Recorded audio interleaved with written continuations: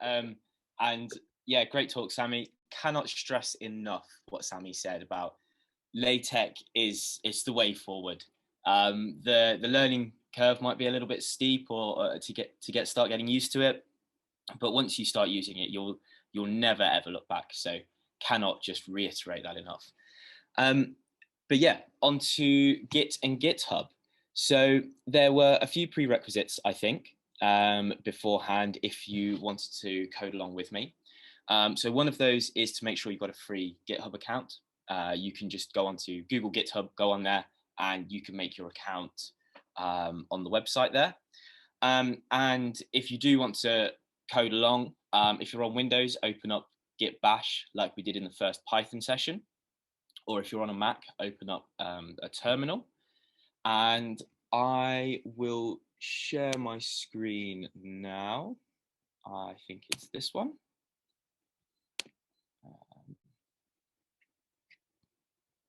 Okay. Can everybody see my terminal? Yes, I've got a thumbs up from Nikki, so that is brilliant. And I will just try and get the questions up, or the chat up in front of me, sorry, just in case any questions come through. So yes, I'm going to talk to you about Git and touch very slightly on GitHub, but Sammy and I will do a live demonstration of how to use GitHub collaboratively in the next session. But more explicitly, I suppose I'm going to cover everything from an explanation of what version control is, to creating and adding files to things called repositories and using branches, and then finish off with how do we tie everything together and make this into a useful tool. And I probably said quite a lot of alien words there, but as we go through this tutorial, hopefully a lot of those words, if they don't mean anything to you now, you'll understand a bit better later. So the first thing I think, if you're coding along with me, that we need to do, and if you were here in Python 1, is we need to make a new environment, virtual environment. So here we have, oh, I've got someone to admit here. We use the command conda create --name, and I'm going to call this S4S Git demo environment. And we always have to, even though we're not going to be using Python today, we have to specify which version of Python we would like to use. And this should create my new environment, and you can call your environment anything that you like. I would suggest you call it something descriptive that you're going to understand when you come back to look at it in next week, 6 months' time, whenever that might be. If you were here in the Python course a couple of weeks ago, you would have seen that most of my environments do not have descriptive names, and that is a very bad way of doing things. Bash conda command not found. So that will mean that some people weren't here in the Python tutorial. And if that is what's happening, you will need to have downloaded Anaconda before you can create an environment. Now, that's not to worry. You can do this in your base environment. But you will have to just be a little bit wary that you'll be putting some files and folders into the base environment. So I'm going to activate my new environment, which we called something up here.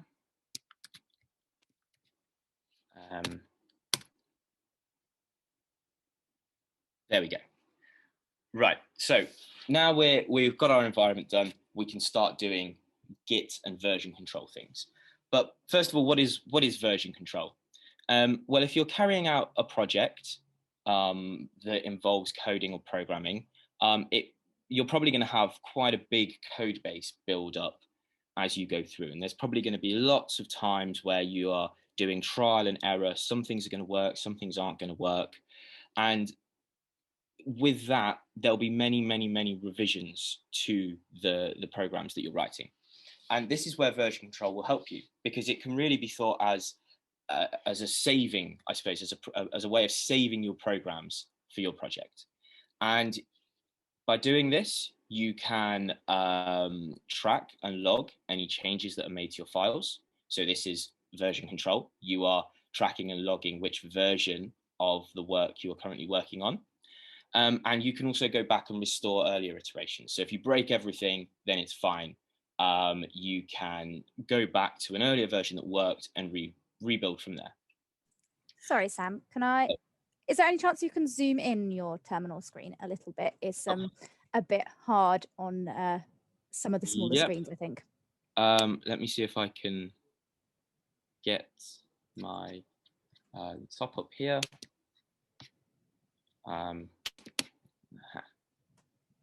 There we go. View. Bigger. Oh, that's much better. Thank you very much. Yeah, brilliant. That's much better. Yeah. Fantastic. So yeah, that's version control. It's a way of restoring or saving what you're doing with your program as you're writing it. So how does this link into sort of Git and GitHub? Well, as I said, we'll talk about GitHub later on, and Sammy and I will give a demonstration. But Git is a version control system that allows you to manage and keep track of your the history of the project locally on your machine, whereas GitHub allows you to manage your Git repositories on a cloud-based service. And so GitHub is an online store, whereas Git, which I'll be showing you to begin with today, is local to your own machine. Don't worry that they're two different things, because they work hand in hand, and all of the commands are exactly the same, whether you're working locally or on the cloud. So any new project will start with creating what's called a new repository, or a repo is what a lot of people call it. And if you're looking at these things online, as all of us do, and you're looking for answers on things like Stack Overflow, people will refer to a repository as a repo. And we can create our new repository, which is where we are saying this is where our code's going to go, very, very simply. And the first thing that you might have seen that I've already done is I've created this S4S Git demo folder on my desktop. And so my repository is going to be in this folder, but you can put it wherever. There's nothing stopping you putting it on your desktop, in a different folder. It really doesn't matter. So to initialize a repository, we simply type git init. And we will see that what comes up is it says initialized empty Git repository in my new folder. And as you see, as I said before, I've just made a folder called S4S Git demo on the desktop. And this is now initialized an empty repository. And you know it's empty because it says, it comes up in the text here, initialized an empty Git repository. So everything is really quite explicit, and it comes up on screen, which is a fantastic feature of this, because you know exactly where you are and you know exactly what's going on. Now I want to create a demo file to put into this repository, because in real life you will be having your code files or your text files that describe what you're doing. You're going to want them to go into this repository. So just to very quickly make one, I'm going to make a new file called test new file.txt. And this is simply, the touch command is simply a bash command to say, I want to put something in here. And I've just named it here, test new file.txt. And you'll see that I put underscores between each of the words. And I suggest you do the same, because white space is handled quite explicitly in the bash terminal. And you can go into all sorts of issues later down the road if you have white space going in all sorts of different directions. So I've created my new file, and for those of you that are here in Python 1 a couple of weeks ago, you'll see that we can do the ls command, and we will see that our new file is in there, is in this directory that we've made, and also this thing called textput.log. And that is created when we initialized our repository using the Git init function, the command, sorry. So now what we'd like to do is we would like to tell Git to automatically keep track of the changes that we make to this file, because currently all we've done is initialize the repository and put a file in a place. We haven't said to Git, we need you to look after this using your fancy version control magic. So what we need to do first is just to check that what I've said is true. We can run something called Git Status. And notice here that we're following the same format. If we want to do something in Git, we always say Git first, and then the command that we want Git to carry out. So if we go Git Status, we will see that we get some more text, and it says on branch master, so that's where we are right now. There have been no commits, and there are some untracked files. And here it says test new file.txt is untracked. So we know that what I've just said is correct. The version control system, Git, is not, it hasn't been told to look after this file, but it knows it's there, and that's a good thing. And it also gives us some information at the bottom that says, okay, nothing has been added, but there are untracked files present, and it tells us if we want to track them, we need to use this command git add. Now, before we add this file, there is a little bit of a middle ground that we have to cover, and it's called the staging environment. So each commit, the term commit, is a record of any changes that we are making to our files. So if you make a change to your repository, so by adding a file or modifying it, we then tell Git to put these files into a commit. And this is part of the middle ground, what's called the staging environment. So to add a file to the commit, it needs to be added to this staging environment. And this is using the git add our file name, which came up on the terminal. And once you've added it to the staging environment, you can then tell Git to package it into a commit using the commit command. So this staging environment is quite important because it takes you from Git not looking after your files, and you go across the staging environment and Git starts looking after your files. So what we have to do now, as it's told us to do, is we go git add, and then our file name. And so my file name here was test new file file.txt. And again, exactly the same format. We always start with git. We then use our command that we want Git to do, and then whatever it is that our command is going to act upon. So we're going to add it, and nothing comes up, but that's fine. It's executed. There's not been an error message. Everything's good at the moment. What we can have a look, we can see to check that something's happened by again running our git status command.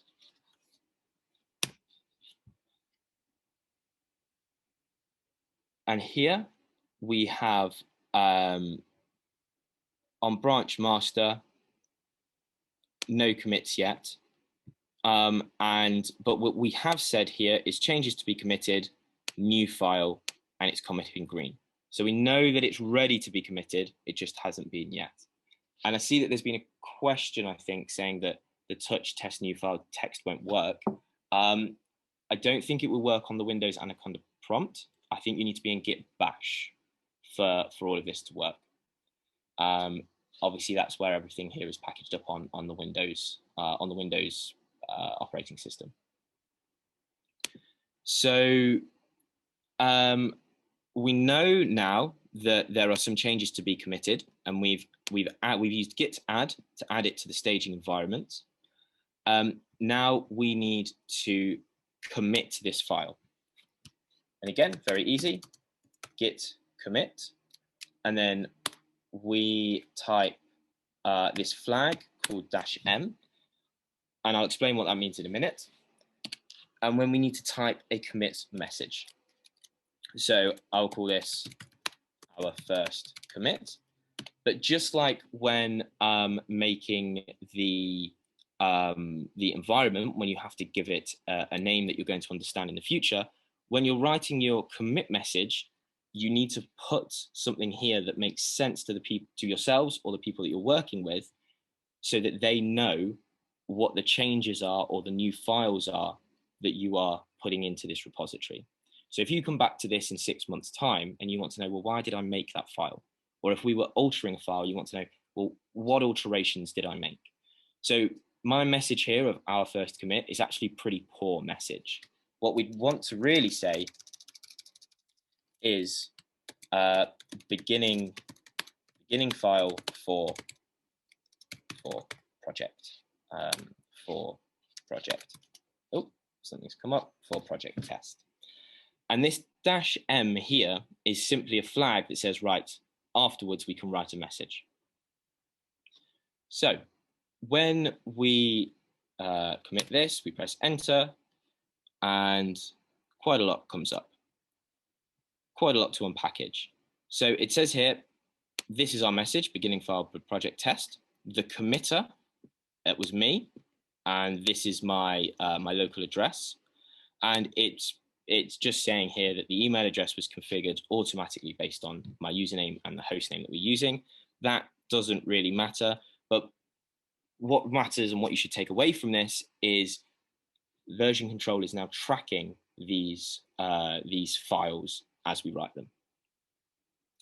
So, and at the bottom here, what I'll highlight is that one file has been changed, and we're in create mode, and it's the test new file.txt that's been changed. So it explicitly tells us what we've done here is on this test new text file, and there's been one change made. And if we go on to continue with this, you'll see that the files change.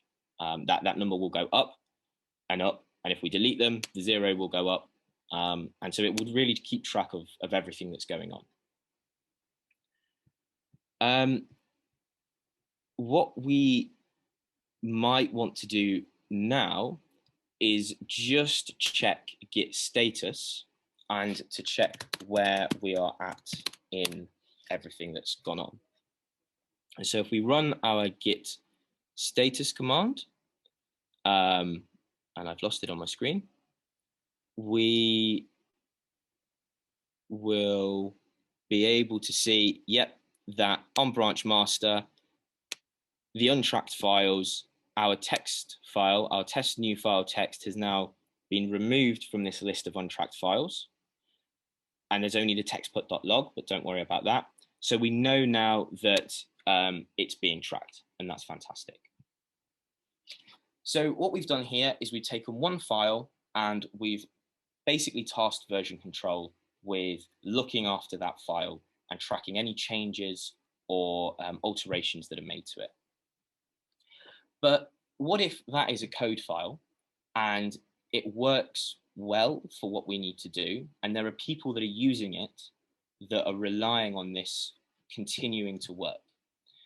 You don't want to make any changes to that might break it, or you certainly don't want to make any changes to it before you've tested it, because you obviously you don't want to break it, and you also don't want to bring it offline, because if people are using it, if you bring it offline, they won't be able to use it anymore.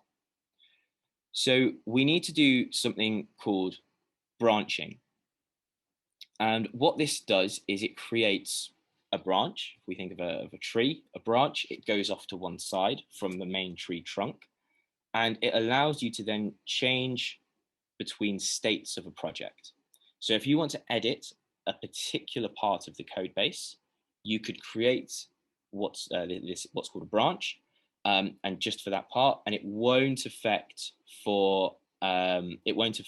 the main part of the program. So you can then go ahead and make edits without the worry that everything will come crashing down around yours and everybody else's heads. So if you then make those edits, and then once you're happy with it, you can then merge these branches back into the master branch. So once you said, right, we've updated this code, we now know it works. It works better than the old code. We want everyone to be able to use it.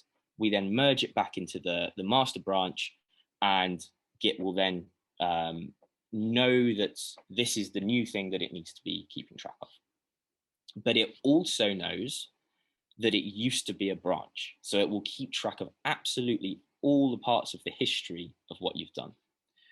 So to create a new branch, we have to do this Git Checkout B, and I will just call this branch example.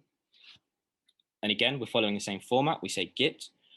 We want to check out onto a new branch, and we're naming what this branch is here.